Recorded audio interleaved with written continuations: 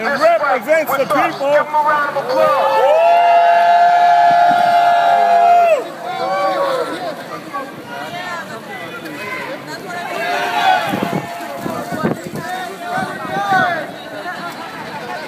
Good afternoon. Good afternoon. I was asked to come and one, to be in solidarity, but two, to talk a little bit about a piece of legislation that I filed that I'm working with City Life and lots of other organizations, and we call it the Invest in Boston ordinance. I'm going to give what I call the elevator speech version of this, which is the simple idea is that we have as a city over $1 billion invested in various banks.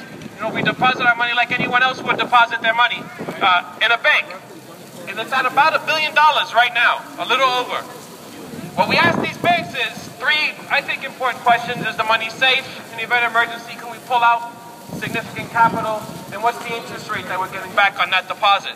Those are perfectly fine questions. You know what we don't ask the banks? What? We don't ask them what their investment in the city is from where that money came from.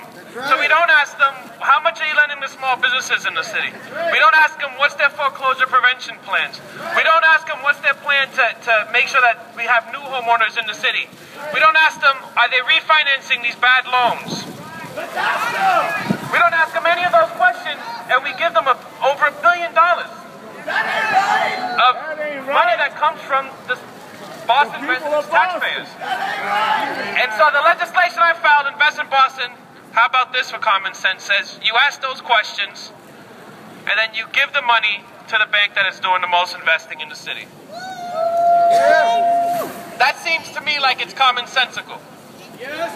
For instance, if any one of us were a billionaire, we would probably want to put our money in banks that are working in our interest. But as a city, we are actually a billionaire. And I think that we should behave in that way, but this one, we don't have private pockets to line.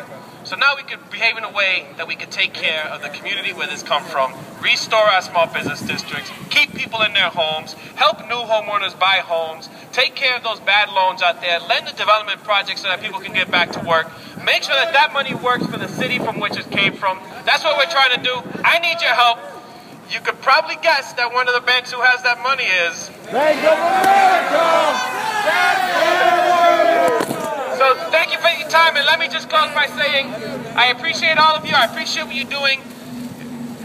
Sometimes you hear people say, oh, why are they doing that? That doesn't work. And sometimes you hear the opposite, which is, I'm grateful that's happening. I want you to know that as an elected official, I am grateful and I am proud of the fact that there are people who are willing to speak truth to power.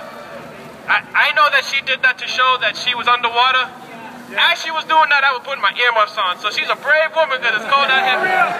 So anyhow, have a good afternoon, and let's keep fighting this fight. We can win, and when you fight, we